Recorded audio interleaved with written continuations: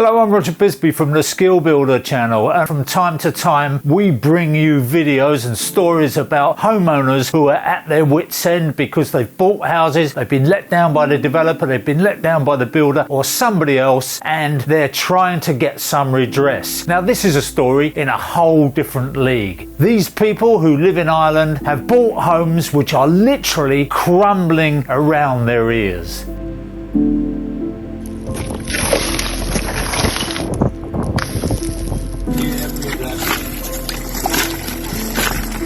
The Donegal County Council let all these council houses be built. That's a total utter disgrace. And that's why we will demand a Mica inquiry, a public inquiry. There has to be an inquiry into this. So in all my years of building, I've never seen anything quite as bad as that. And you might wonder what these people can do about it. You might think that there's some knight in shining armour that is coming to their rescue. But some of these people have been fighting a battle for over 10 years. And now we're going to talk to Michael Doherty, who heads up the Mica Action Group. We have got what's referred to as deleterious materials in the concrete blocks. So what you have is, in our part of the world, Donegal, which is the most northerly county in Ireland, as part of the Republic of Ireland, but it's geographically the furthest north. It has got mica, and mica is a naturally occurring mineral in the rock that's quarried. That rock is then crushed and becomes one of the key ingredients in a concrete block, obviously in the form of the gravel, added with cement and obviously added with sand as well. But if the rock contains excessive levels of mica, what happens is that it absorbs more water and then is subject to freeze-thaw action, and the blocks actually crumble. And we have that's the science behind it. But what we have noticed on the ground is, without freeze-thaw, continuous wetting and drying cycles that we will get with our Irish weather also has a detrimental effect. And eventually, we call these Weetabix blocks, and literally that's what you've got.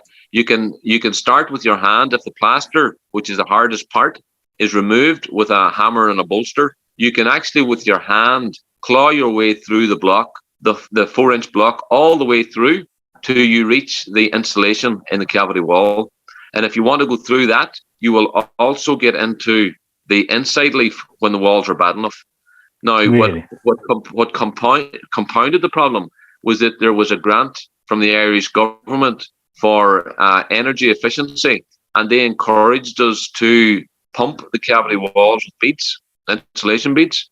And what that did, that actually bridged between the two walls. And what you had then was moisture. There was no drying anymore, and the inside of the blocks were wringing wet in the insulation, and that bridged across then to the inside leaves. And we've got inside leaves then crumbling as well. And what that amounts to basically is the coin stones falling off. You have got cracks around the windows. You've got cracks that you can actually put your fingers right into now the whole way through. And the more that gets wet, the more that wetting and drying cycle takes place. And eventually the blocks just fall apart. I'm sure a lot of the construction process of record in England as well, and in the rest of the UK, will be bison slabs, the concrete first floor options. And we have that, and that's putting tremendous weight forces on these blocks that are just not simply fit for purpose. So we have got what should have been like 7 Newton blocks crushing out at 2 Newton, 1 Newton, half a Newton. Some of them won't even stand the crush test because they're gravel. They'll not even stay in the shape of a block in the first place. It's very common in Ireland to be building buildings of concrete block and rendering them over because you haven't got a huge number of brickworks out there. It's not so many brick built buildings. So these buildings have been built with concrete blocks on the inner and outer skin. And you're saying that those inner skin blocks they're maybe not aircrete blocks, but they're a concrete block, very similar, quarried from the same place as the outer skin, So they may be the same block. This mica problem, you talk about it, there's mica there and it's a critical level. So there's a percentage over which you should not go, I guess, is there? There's a 1949 statutory instrument regulations in Ireland that states that you can't have more than 1% mica. Okay. That was being adhered to. So quarries would have stayed away from parts of the quarry that had rock that showed more than 1%. But during Celtic Tiger times, whenever things got really busy, the authorities adopted a light touch regulation approach, and really quarries got more or less asked to go do the right thing and self-regulate. From there, everything went wrong. So we are in a situation now where we have got blocks that the quarries have walked away from, the insurance companies have walked away from, and the government tried to walk away from, and we refuse to let that happen. So our lobby group has basically brought them to the table now. We had a monster demonstration down in Dublin, 15th of June, over 20,000 people. We had closer to 30,000 people in Dublin. We could effectively topple government here if they're not prepared to do the right thing by the homeowners. And that's the escalation plan we've got. So everything that I've talked about regards Mica for Donegal is true for the Western Seaboard. There's 5 affected counties along the Western Seaboard. They've got a very similar natural occurring mineral, but it's not mica. It's pyrite. Pyrite is given basically the same issue as what mica is given in Donegal in the concrete blocks. When we have tried to get what we call 100% redress, in other words, give us back our homes, not to any greater value than what they had before, but we've already bought and paid for these homes once. We should not be in a situation where we have to do that a second time. And there's already a precedent set there in Dublin when they had pyrite down there.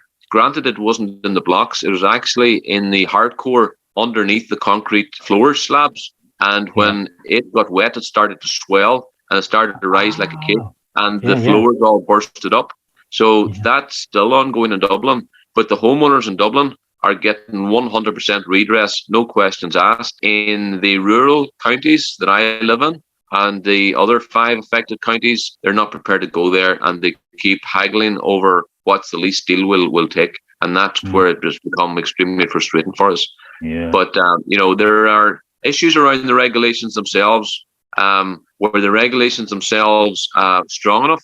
At the time, if they weren't, we've got a National Standards Authority of Ireland. Again, it all falls onto the state. It's their responsibility.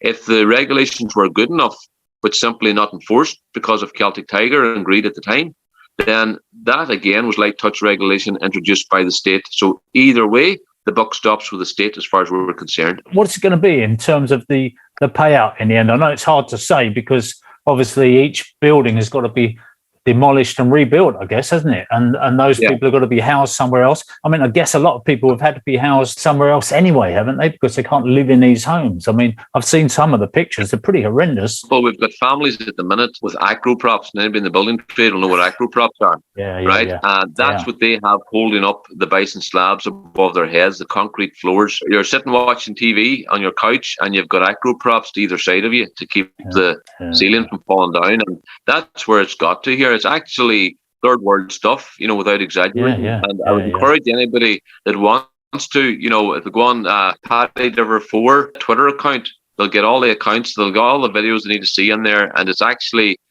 quite hard to believe that, a stone throw across the Irish Sea from yourselves, that this is what's actually happening in what's meant to be a modern country. It's just quite unbelievable. So you talked about the outer and inner leaves, the construction process in Ireland, particularly in the one-off houses in the rural areas and in the estates, is that it has been the concrete block for outer and inner leaf, but also all the partition walls inside the house as well for your hallways and your kitchens. It's still all concrete block. Government have again tried to give us an option of saying, well, we don't believe the inside walls will be a problem in years to come, so we'll give you a grant to help you towards replacing the outer leaf. But they're not prepared to give any grant or any guarantee on the inside walls. So when we have, and some of the homes have actually been remediated using that approved option from government, they're so-called housing engineers, and yet we can't get our houses insured because the insurance companies will say, okay, you've replaced your outer leaf, but you've got defective blocks in the rest of the house. And even though they haven't manifested themselves in a problem right now, we have no evidence to say that won't happen. And for that reason, they'll not insure the homes. So we have homes that have gone through a government-approved remediation scheme that can't be insured. The banks won't give you a mortgage against these homes for exactly the same reasons. and the market value has been reduced to site value. Our market is virtually stopped now in terms of buying and selling homes in these 6 affected counties in total. A lot of people, when they buy a house, they're mortgaged up to the hilt. They don't have any spare cash. And when you're faced with that kind of thing, you're saying that the government's saying, we'll give you a percentage, but whatever you have to find, and you're saying that 100,000 euros still to find, it's just beyond people, isn't it? I mean, they are stuck. Yeah. If a government doesn't help them out from this situation, there is nobody else that's going to help them. They're going to be sitting in crumbling buildings for years to come, which they can't sell, they can't pay for. Just awful, and you say, no insurance either. That's it strikes me that we got a parallel here slightly with our situation with the cladding in England, where we've got all these buildings which are basically clad in flammable material, and people can't sell them, they can't insure them, they can't do anything, and they're faced with a bill for the repair. And again, we have a situation where the government said it's okay, this all this stuff's been approved, and then it turns out it hasn't. I think at some point that there's a precedent. I know it's different because it's a different country, but there is there's some kind of synergy between those two cases, isn't there, really? Government are aware of these shortfalls. They know they fell asleep at the wheel and they allowed this to happen. This is no natural occurring disaster. This is no earthquake. This was negligence on somebody's part. And the one thing we know for sure, it was not negligence on the homeowner's part. They actually tried to go down that road at the start, and they looked to see, was there any correlation between the mica and pyrite affected homes and self-builds. That was the first place they went.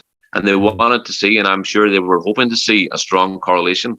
But in actual fact, the building, the local authorities building in which this analysis was taking place is actually covered in mica itself, the local authority building, right? Yeah, our local hospital has it.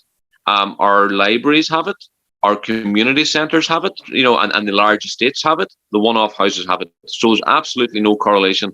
And much to their dismay, they couldn't pin it back on the contractor, because at the end of the day, some people said, well, how come the builder didn't know this? The builder can't know this. It's a number of years after we thought we were seeing settlement cracks. The extent of cracking, not just in one elevation of the house, but right round the 4 elevations of the house that you were seeing this, then we knew we weren't dealing with settlement cracks. We didn't know what it was, but it ended up being mica or pyrite, depending on which county you were in. Have you got the governments here now? You're beginning to get some movement here. You said you were talking to them yesterday. At least some of them, most days, and we're probably looking at about a 3.2 billion euro deal, right?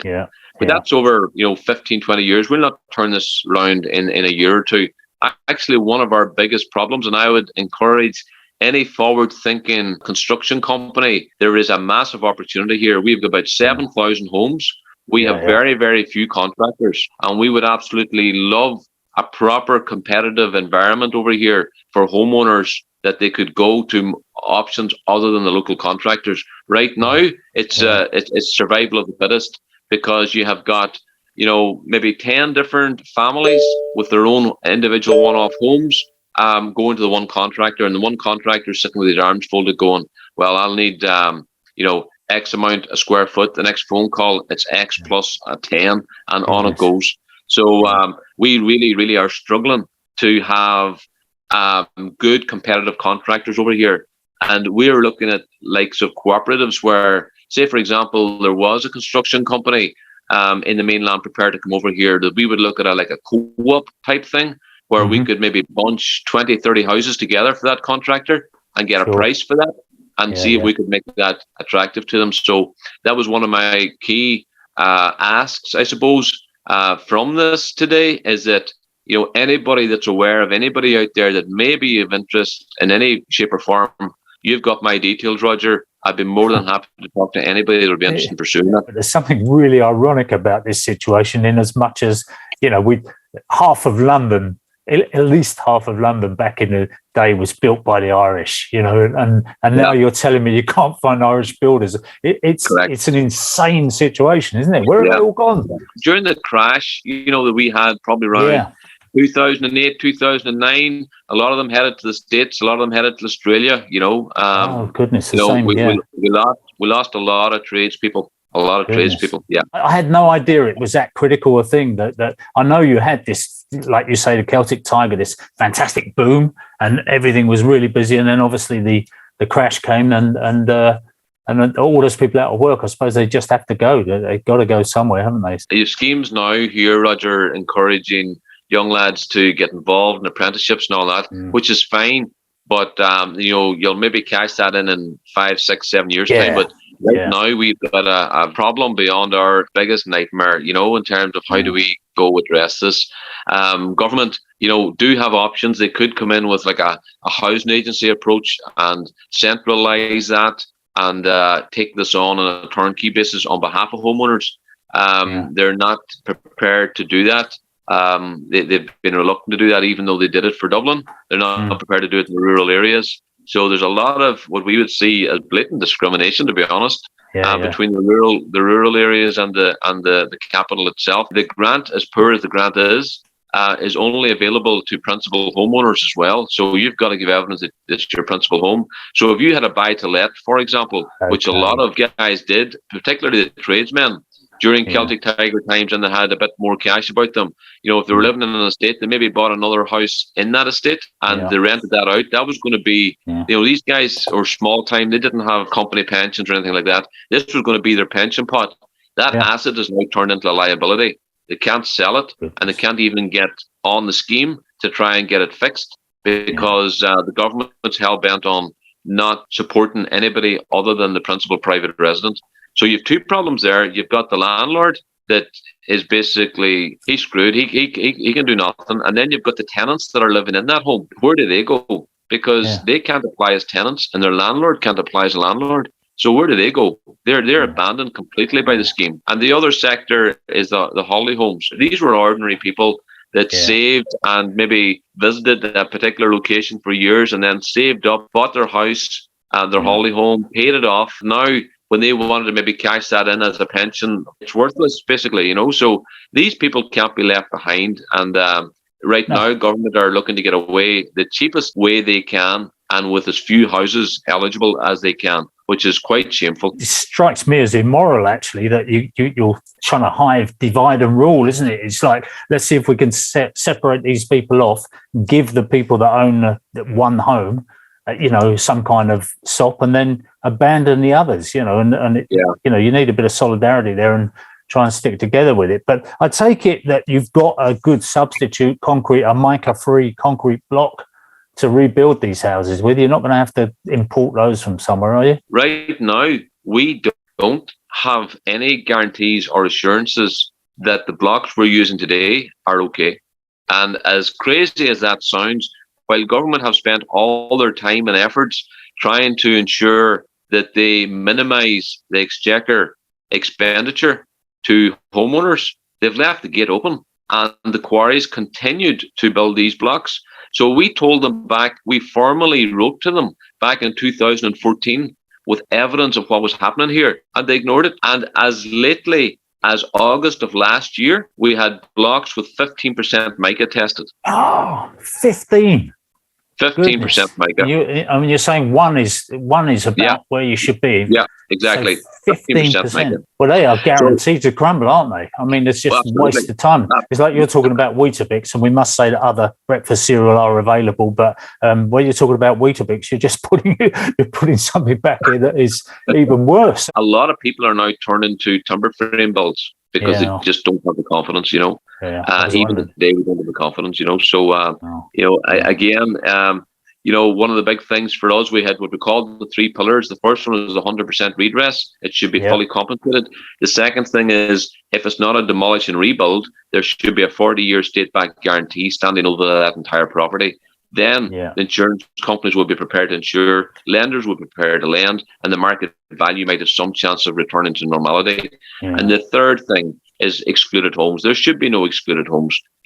Should there be a buy-to-let? Should it be a holiday home? These were all equally bought and paid for. Nobody robbed banks for these. This was all hard-earned cash, tax paid, VAT paid, and and we were sold a pup. All because of light touch regulation and. That buck stops with the state and they need to man up and they need to pay up. The fourth one in there has to be an inquiry into this. there has to be lessons learned from this. And this could, at the end of the day, we're all taxpayers too. We don't want to see our taxpayers' money going into this. We want to see them going into hospitals and schools and everything else. Yeah. If the first thing you're looking at in the evening is your home, which has deteriorated further from you left in the morning to go to your day's work. So that's how critical this stuff is at this stage. And there's mental health issues, Roger, that is piling up here as well, big time. And we've got kids affected. We've got kids at school, and they're in their playground to spend their time talking about mica and pyrite instead of their hopscotch and what they should be doing. So it's just really, really unacceptable that it's been allowed to drag on for 10 years. The only thing that worries me about a public inquiry is that knowing what a money pit they are and how long they take, I'd be looking for the compensation before the public inquiry. Light touch regulations, that very phrase just brings a shudder to me. Just the idea of it, that we have regulations, a bit like having traffic rules, like, you can do a bit of speeding here because we're all in a hurry, so instead of having a 30-mile-an-hour limit, you just let people do 60 miles an hour just because it suits you. It's crazy, isn't it? And if you've got regulations, you have to stand by them. As a taxpayer, as a citizen, you expect that to happen. You expect somebody to be accountable somewhere down the line. Can you just give people a link to what you've got in the way of a website and so on, so people can have a look at this situation and maybe give you some support? For Twitter, I would encourage Paddy Diver 4. I think that's a great place to start, and you'll get the full story on there, and lots of useful commentary, lots of videos and pictures. We also have Mica Action Group itself. You'll get our Facebook page, and again, we're on Twitter there too. So certainly you'll get all the detail you want on there. And the final page I would talk to is 100% Redress No Less Facebook page. Again, piles of videos in there, lots of comments, lots of homeowners telling their own stories in their own language, and it really sells the point well. So I would encourage them three in particular. It's a nightmare situation, Michael, and I admire you for keeping going on it and keeping your chin up, as it were, because it's a very depressing situation for a lot of people out there. And I don't think we know enough about it in the UK. It's not something we've heard about so much, but I think that people will be looking at it and seeing, what you can do. But certainly we'll be following it, and I wish you luck with it. And really, Roger, I want to thank you guys for giving us the opportunity to come on here. Again, it gets the message out there. And again, on the contractors, you never know what comes out of that. It may be of interest to somebody over there. Yeah. But the coverage is really much appreciated, Roger, and I want to thank you for that. Yeah, all the best to you. Thank you very much for coming on to Skill Builder and telling us your story. And as I say, I hope it has a happy ending somewhere soon, very soon. Thanks, everyone.